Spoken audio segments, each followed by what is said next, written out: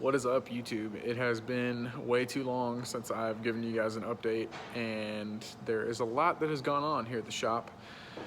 So here's kind of an update on what's going on, what we've been up to, update on some projects, and yeah, just kind of diving back in on our day-to-day stuff. I'm gonna hopefully get better about putting these videos together. But yeah, here's what's going on today. Is finishing up right now, getting the can't really see much, but getting the stretch belt back on the AC compressor on this 2013 Mustang Boss. As you can see, put on some mid-pipe X-pipes, put on some headers and wrapped them with some heat shielding. And what else? Oh yeah, the drive shaft loop and one-piece drive shaft installed as well. This thing should be going on the dyno later today. Yes, and we'll have this thing on the dyno later today as part of the video. Go ahead and make your comment and see what you think power-wise the thing's gonna make. It's a naturally aspirated car with a few modifications done. Other updates, we have this Z28 Camaro that came in. It's been sitting, it sat for 4 or 5 years, I think, if not more. And unfortunately, I think some rodents got to the wiring, brought it to us. It wasn't able to start, and yeah, just wasn't able to start. Electronics were being funky, so we put a new under dash harness in because it had been eaten through in like 10 plus places. And then we got the new wiring harness in and realized that there was a ignition security light issue, and he wanted to go ahead and just have us bypass that. So we wired in the correct resistor. We also put new lights and grille on the front as well to update it. And then his brake lines were kind of rusty, so they were rusted through, so we replaced a couple of brake lines. Cordell replaced them rather. He replaced a couple of brake lines here that had rusted through. And then of course a caliper broke on us in the bleed process, so we replaced the caliper, bled it all down, should be good to go now. The GTO is still here. Unfortunately, Hans, one of our main techs here, injured himself pretty bad on his thumb and is not currently able to work. So this project has kind of been put on hold, but the owner's perfectly okay with it. But yeah, we got the motor in the car. The motor's fully assembled. I'll bring it down here in a little bit. Motor's fully assembled and in the car. Now we have a QuickTime bell housing to put on it, new clutch to put in it, a few other minor things, and really it's pretty close to being ready to go. And then yeah, more engine projects over here. This LS, we're about to get ready to start making it less truck motor-ish and more LS1-ish. It is a 5.3. It's going to go in a Mazda RX-7 FC. This thing unfortunately had a lifter fail. So he brought it in, he thought it was an exhaust leak making a noise, but it was actually a lifter failure causing a pretty hard tick in the front end. So we're going to be doing a lifter job on it.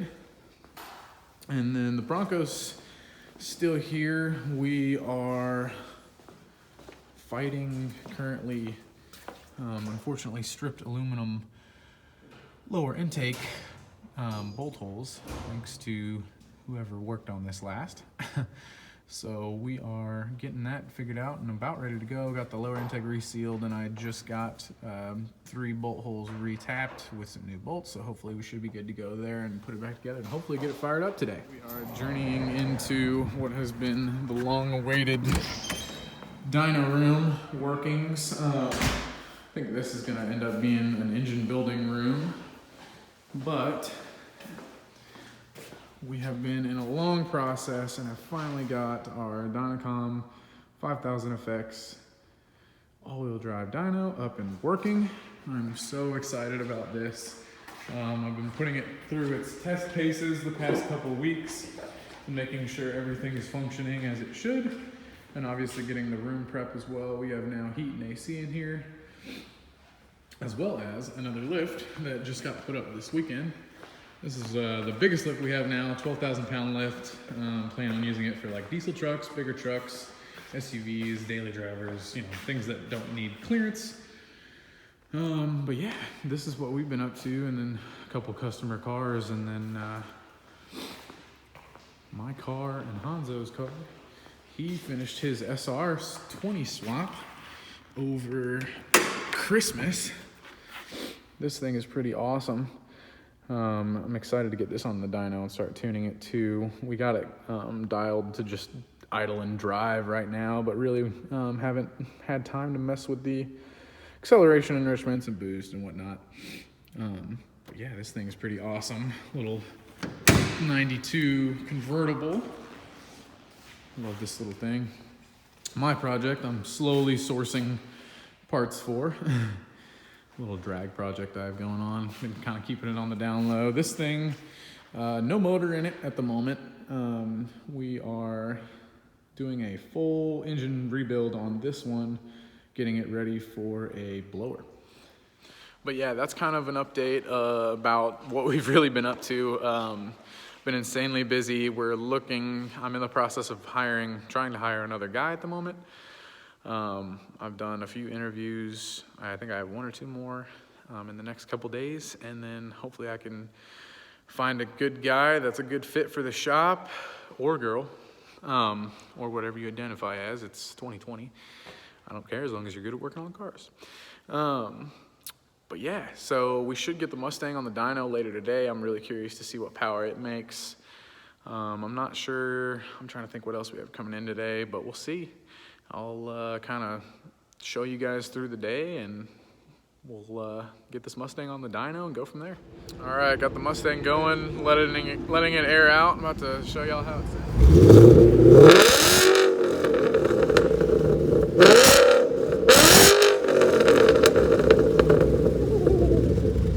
Hell yeah.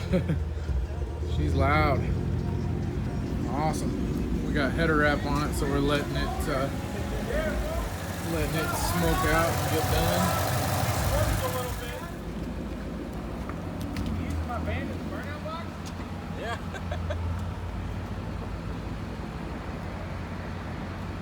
For the record, this is the owner's car that is in it.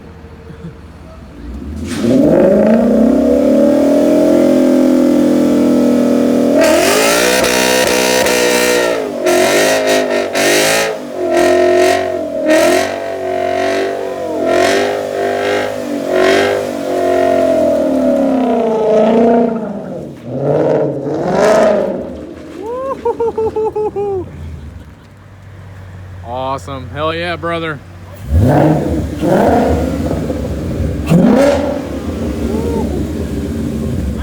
Hell yeah.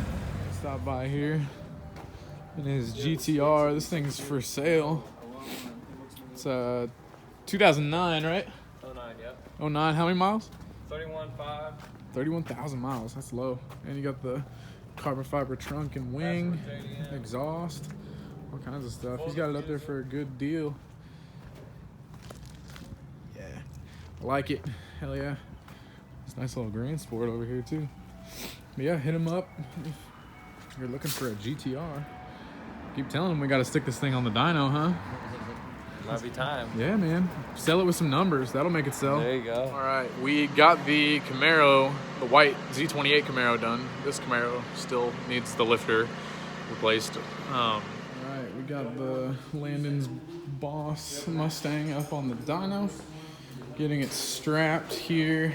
It is basically a full bolt-on car. So we're gonna see what this thing can make. Landon's excited. Oh man, I'm stoked.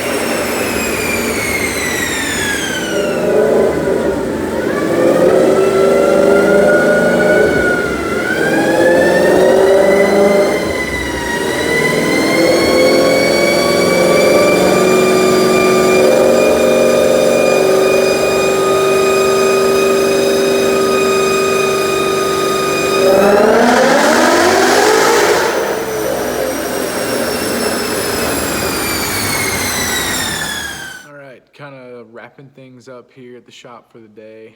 Everyone else left. I was just going back over the dyno stuff. Figured I'd share some thoughts with you guys. So this car behind me is just a GT. It's a 2014 Mustang GT, not actually a Boss. It has got, he says full bolt-ons, but I believe, I think it's just intake, exhaust. There's zero motor work done to the car. Intake, exhaust, and so we wanted, for test purposes, to leave the Bama tune that he had on it. So what we did, he uploaded the 91 Bama tune or whatever off the box, or off the shelf tune, for headers, exhaust, and an intake, and the Boss 302 intake and all that. I think they have an off the shelf tune for it. I didn't look at it.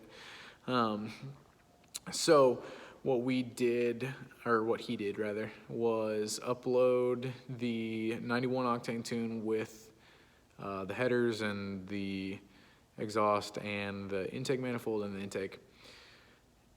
And these are the numbers that we got. So, kind of a breakdown of everything. The first 3 pulls there are on 91 octane tune, Bama tune, whatever their flash handheld performance deal is that they do. The bottom 3 tunes, we switched it over. He almost ran out of, or he didn't almost run out of gas. His gas light came on our 3rd pull. So we went ahead and dumped about a half tank of 93 in it, and then switched it to the 93 tune. And then those are the last 3 pulls that you see. I was actually pretty impressed that it made over 400 torque. On the off-the-shelf Bama tune. Normally, Bama, in my opinion, doesn't do that great of a job. From what I've seen personally, Bama handheld tuners tend to rob power. But, also every car is different, and I've only seen 2 or 3 cases of that in person. I feel like this car should be making more power. We're probably gonna go in with HP tuners later this week and see if we can pull a little bit more power out of it, and see if we can make some adjustments for this car specifically that Bama wasn't able to do off the shelf. So let me know what you guys think of these numbers. I think 377, 409 is pretty respectable for a Bama off-the-shelf tune and a couple of bolt-ons. But yeah, thanks for watching, and we'll see you tomorrow.